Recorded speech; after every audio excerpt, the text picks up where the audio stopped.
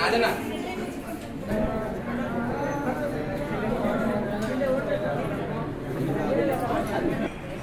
ప్రతి సంవత్సరం అనాదిగా వస్తున్నటువంటి శ్రీ శ్రీ శ్రీ జగద్గురు ఆదిశంకరాచార్య నవరాత్రి ఉత్సవములను ఇక్కడ ఈ ఆలయ జీర్ణోద్ధరణ చేసినటువంటి రామానందేంద్రుల వారు నవరాత్ర ఉత్సవ రూపంలో శంకర జయంతి మొదలుకొని నృసింహ జయంతి వరకు నవరాత్ర ఉత్సవములు ఇంతకుముందు ప్రతి సంవత్సరం గత 40 సంవత్సరాలుగా పైగా చేసిన మాట మీ అందరికీ తెలిసిందే.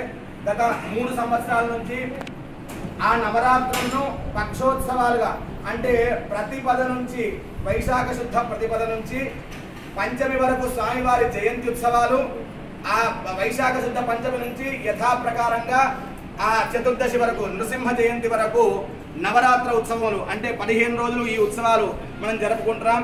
అయితే పోయినసారి లాగానే శంకర జయంతికి ఆ స్వామివారి ఊరేగింపు చేద్దాం అనుకున్నాం. కార్యకారణాల చేత వల్ల రేపనంగానే అంటే తెల్లవారే ఎలక్షన్ కావడంతో పోలీసులు దీనికి ఈ రోజు నవరాత్రి ముగింపు రోజు కాబట్టి ఈ రోజు చేసుకోలేకపోయినాం. కాబట్టి ఇదే గ్రహించి ప్రతి వైశాఖ శుద్ధ పంచమికి ప్రతి సంవత్సరం ఇదే పిలుపుగా ప్రతి ఒక్కరు వైశాఖ శుద్ధ పంచమి రోజు మరి ప్రార్థన చేసుకుంటున్నాం.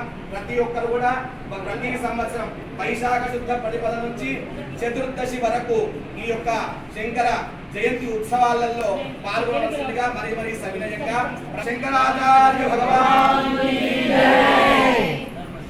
ధర్మస్య ధర్మస్య అధర్మస్య అధర్మస్య ప్రాణిషు ప్రాణిషు విశ్వస్య విశ్వస్య గవాం గవాం లోకాః సమస్తాః సుఖినో